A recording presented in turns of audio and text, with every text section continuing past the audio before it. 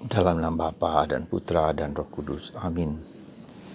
Allah Bapa di surga, kami mengucap syukur dan terima kasih bahwa Engkau memberikan kami seorang ibu yang penuh belas kasih, penuh cinta, dan penuh rahmat. Ia selalu menolong kami dalam situasi apapun. Berkatilah kami ya Bapa, sehingga Bunda Maria menjadi teladan kami dalam mengikuti putra-Mu Yesus. Terpujilah namamu kini dan sepanjang segala masa. Amin. Para saudaraku yang terkasih dalam Kristus, kemarin kita merayakan hari raya hati tersuci kudus Yesus. Ya. Hari ini kita merayakan hati tersuci ibunya. Kita bersyukur dan berterima kasih karena Bunda Maria sejak awal dilindungi dari segala dosa, dijaga dan dipelihara dari segala dosa sejak awal kehidupannya. Immaculata Conception, dikandung tanpa dosa. Hal ini mengingatkan kita akan dosa manusia pertama yang dilakukan oleh Hawa dan Adam. Jadi Maria dibebaskan, dilindungi supaya dia tidak mendapatkan dosa dari manusia pertama yang kita terima sebagai keturunan Adam dan Hawa. Dengan Maria dibebaskan dari dosa asal itulah, dilindungi dari dosa asal itulah, maka Maria tidak berada dalam kuasa dosa. Ya, tidak berada dalam kuasa dosa, tetapi dia sungguh-sungguh murni sejak awal dan ia layak dan pantas menerima tubuh Kristus, menerima Roh Kudus dalam hatinya. Dan itulah yang menjadi dasar fondamen dari iman kita, bahwa Yesus adalah yang berasal dari Roh Kudus, bukan dari kemanusiaan kita, bukan dari manusia Yosef, tetapi dari Roh Kudus. Ya. Dan ini bagi kita merupakan suatu kekuatan, suatu lambang, suatu simbolisme bahwa Allah sungguh-sungguh mempersiapkan dengan begitu baik dan begitu sempurna. Ya, dengan Bunda Maria tanpa dosa, maka Bunda Maria diberi tugas yang begitu luhur dan mulia sehingga karya Tuhan tidak gagal lagi, dalam tanda petik ya. Kalau misalnya Maria sudah dikandung dengan dosa, seandainya itu terjadi ya, maka bisa kemungkinan kegagalan itu dapat terjadi. Seperti kita yang jatuh dalam dosa dan kembali lagi jatuh dalam dosa dan berkali-kali jatuh dalam dosa karena kita mendapatkan benih-benih kelemahan dan keterbatasan itu dari kemanusiaan kita. Dan Maria tidak. Maka ketika dia mengatakan ya kepada sabda Tuhan, fiat voluntas tua, ya terjadilah padaku menurut perkataanmu, dari kesetiaan itu terus dijaga dan dipelihara sampai akhir kehidupannya ya.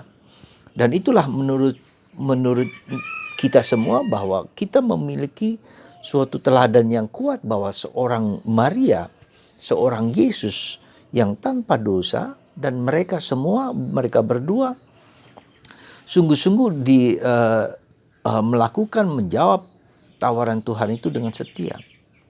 Bahkan seorang penulis mengatakan Santo Yosef pun sebetulnya dan selayaknya juga dipelihara, dijaga dari segala dosa.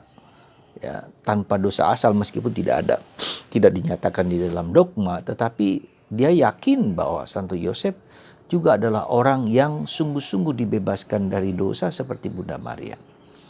Ya, tapi itu soal misteri Allah lah, bagi kita tidak terlalu penting. Yang penting bahwa seandainya pun Santo Yosef tidak mendapatkan seperti yang nyata sekarang, itu juga mau menunjukkan kepada kita bahwa kita bisa meniru seperti Santo Yosef gitu kan. Kemanusiaan kita bisa mendapatkan kekuatan juga untuk setia di dalam sampai akhir kehidupannya ya, sampai akhir pernyataan ya dan terus ya. Maka Santo Paulus mengatakan bahwa di dalam Kristus kita hanya bisa mengatakan ya dan tidak ada tidak di dalam jawaban kita.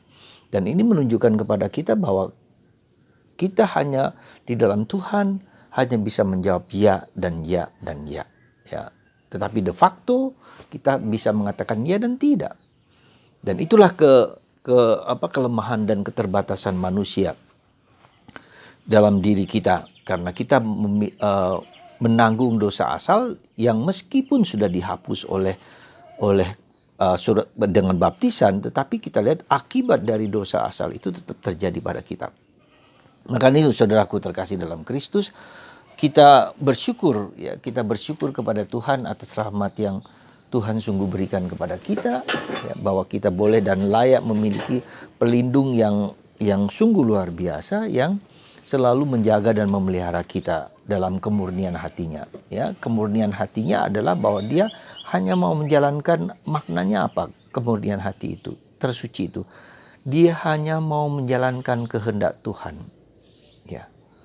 Sekali lagi, Bunda Maria dan Yesus makanannya adalah melaksanakan kehendak Tuhan. Dan itulah yang harus menjadi juga perjuangan dan pergulatan kita sebagai manusia, yaitu kita menjalankan hanya kehendak Tuhan. Tidak kehendak yang lain, bahkan tidak kehendak diri kita sendiri. Ya. Karena itulah saudaraku terkasih, semoga pada peringatan Santa Perawan Maria yang tersuci ini, kita diajak untuk taat kepada kehendak Tuhan. Kita diajak untuk menjalankan kehendak Tuhan. Bukan kehendakku, bukan kehendak orang lain, bukan kehendak kekuatan-kekuatan lain di dalam diri kita. Dan Maria selalu menolong dan membantu kita. Dan kita layak dan pantas mengikuti Bunda Maria dan juga mengikuti Santo Yosef. Ya, karena Santo Yosef lah yang kalau dikatakan, tadi saya mengatakan bahwa dia tidak dibebaskan atau dari dosa asal, dan dia sebagai manusia seperti kita juga. Kita mengikuti dia seperti manusia biasa, dan dia berjuang untuk taat kepada kehendak Tuhan.